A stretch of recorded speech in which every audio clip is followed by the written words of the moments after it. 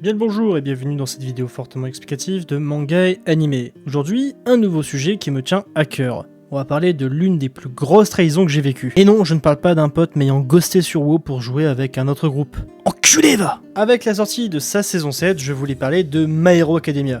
Et plus particulièrement, je voudrais parler de Caitlin Bate, aka Star and Stripe. Je préviens, mais je vais spoiler sévère, donc si vous ne voulez pas être spoilé machin, eh bien, fuyez pour vous mettre à jour, hein. Ou vous pouvez rester à vos risques et spoil. Ouais, j'avais pas envie de dire péril. Par ailleurs, il y aura également un spoil à Demon Slayer, le train de l'infini. Vous voilà prévenu. Sur ce, eh bien, bonne vidéo. Pour commencer la vidéo, je voulais un peu faire un petit rappel sur Star and Stripe.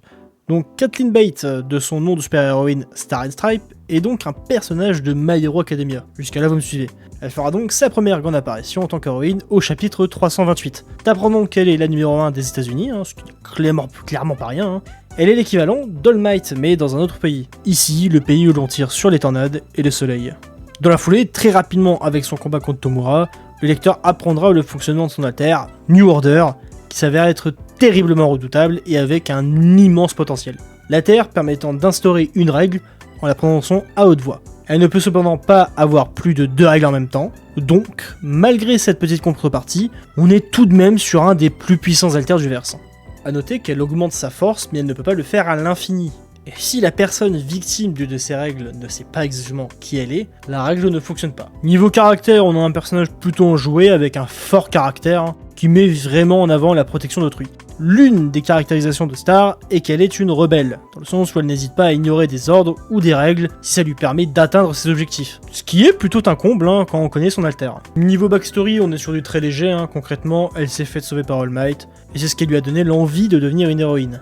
Alors attention, hein. Je dis que c'est léger, mais t'as pas forcément besoin de plus. Hein. Comme le montrait Toriyama, la simplicité, c'est très cool. Donc oui, c'est vrai que c'est pas très complexe, hein, mais c'est efficace et concrètement, c'est une raison amplement suffisante pour vouloir devenir un héros. Maintenant que cette introduction est passée, hein, maintenant que j'ai rappelé un peu ce qui était Star and Stripe, je vais pouvoir m'attaquer sur le fond du problème. Bon déjà, le rush, c'est mal.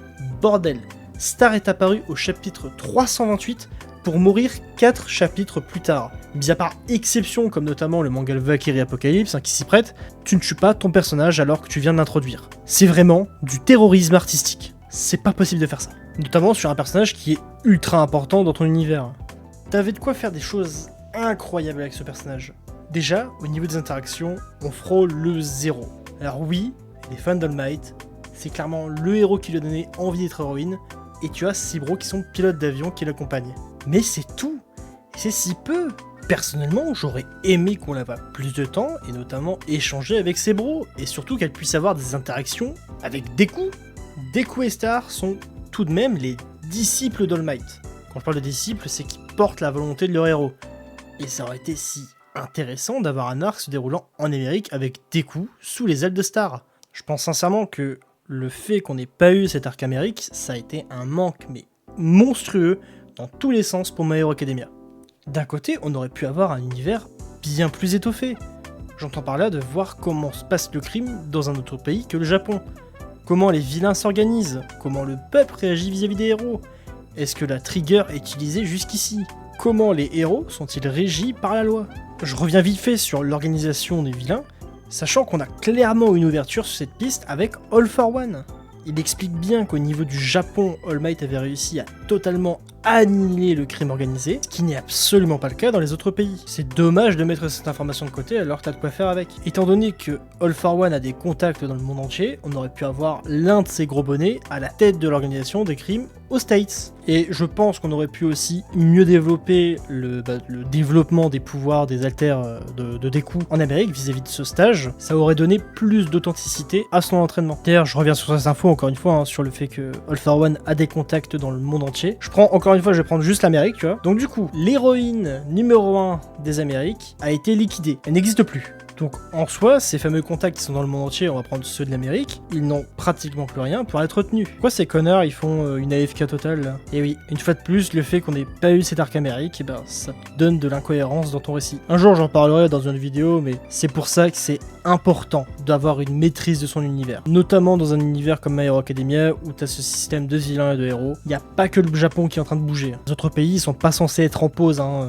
mais bref. Pour revenir un peu sur la relation Deku et Star, on aurait pu avoir une Star qui entraîne Deku. Ça aurait pu aussi faire un beau parallèle entre les deux personnages.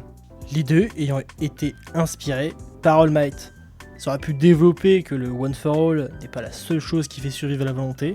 Mais non, il fallait qu'on branche Shigaraki pour qu'on puisse dire « Wow, regardez comment il est puissant, ouh !» Et sincèrement, je trouve ce procédé si mal utilisé. Mais si mal utilisé. Que tu fasses en sorte qu'un personnage tue un personnage puissant dans ton univers afin de montrer l'étendue de sa force et de la menace qu'il représente, pourquoi pas? Ça s'entend totalement.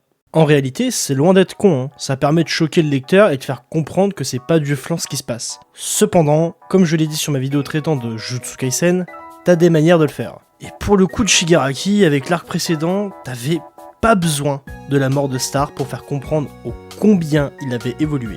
Outre les pouvoirs qu'il montre et l'ascendant qu'il a durant une très grande partie de la bataille, Horikoshi avait pourtant un procédé simple mais terriblement efficace, afin de montrer l'étendue de la force de Shigaraki.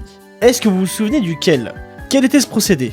Eh bien c'est simple, il a utilisé le même type de mise en scène qu'avec l'apparition de All for One à Kamino. La mise en scène du symbole de la peur, symbole si puissant que sa simple présence donne aux personnes aux alentours une vision de leur propre mort. Et c'est suffisant. On rigole beaucoup des auras, de la pression, machin, etc. Mais quand à la simple présence d'un type, tu te vois mourir, c'est clairement que tu es en face d'un individu exceptionnel. Et tuer un personnage, c'est tout un art. C'est plus complexe que cela semble être. Car concrètement, tu me tues un perso où j'ai quasi rien sur lui, comme info, ben désolé, mais ça passe au-dessus de la tête. C'est en rien impactant, et au pire, ça va me blaser. Car ce sera du gâchis de personnage. Mais jamais je vais me sentir concerné par le personnage. J'ai besoin de voir le personnage interagir avec son univers, avec les personnages. Ça renforce les liens. Et quand un lien est fort et que ton personnage décède, tu as forcément les personnages qui lui sont liés qui vont y réagir.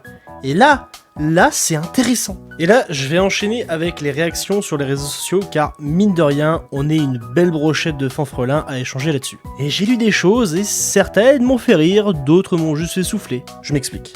D'un côté, forcément, ça a mis à comparer à d'autres morts d'anime, et bon, déjà on souffle, surtout que l'exemple qui avait été repris le plus, c'est la mort de Rengoku Kyojiro dans Demon Slayer. Oui, vous savez, le personnage au centre de ma bannière YouTube, bah voilà. Est-ce que vous connaissez la différence entre la mort de Rengoku et la mort de Star and Stripe? Celle de Rengoku sert au récit et en plus de ça est impactante. Et ça en 2 temps. Même si l'arc Mugen Train dure que 12 chapitres et que le temps d'écran vivant de Rengoku est environ du même nombre, ce qui va les différencier n'est pas dans ça. Rengoku tisse un lien bien solide avec nos protagonistes et en particulier Tanjiro. Le premier point est qu'il a des interactions avec des personnages et de très belles. Rengoku est leur mentor, celui qui les guide, et ça jusqu'à sa mort. Et bien plus loin que ça. Bien que c'est rapide, tu as le temps de t'attacher au personnage et d'apprécier les moments passés avec le groupe. Ce qui rend son départ d'autant plus déchirant. Tare, elle, mis à part l'avoir vu en flashback, qu'on sait maintenant qu'elle apprécie All Might, et qu'elle a un lien avec ses bros, donc les mecs de l'avion de chasse, bah c'est tout. Et encore, le nombre d'interactions est super limité, c'est tellement dommage. Pour ce qui est du second point, c'est simple. La mort de Rengoku impacte tout le long de Kimetsu no Yaiba. Plein de personnages en font référence, que ce soit Akaza, les différents piliers, notamment Muichiro, et surtout Tanjiro. La mort de Rengoku va faire grandir Tanjiro, ça va lui donner la foi d'aller encore plus loin, de se dépasser pour éviter que d'autres personnes connaissent le même sort. Rengoku aura également droit à un des plus beaux discours de Demon Slayer, discours qui va pouvoir marquer les lecteurs. Donc oui, il est possible de donner une grande importance dans un univers à un personnage mourant assez rapidement. Star aurait pu avoir un traitement aussi conséquent. Malheureusement, pratiquement aucune mention d'elle après sa disparition. Forcément, vu peu d'interactions qu'elle a, t'as pratiquement aucun personnage pour la pleurer. Les seules personnes pouvant la pleurer étant les lecteurs qui auraient préféré une meilleure utilisation du personnage qu'un simple faire-valoir à Shigaraki et à All for One. Voilà, c'était mon avis sur le personnage de Caitlin Bate, aka Star and Stripe. Concrètement, je suis très loin de détester le personnage, je l'apprécie même grandement.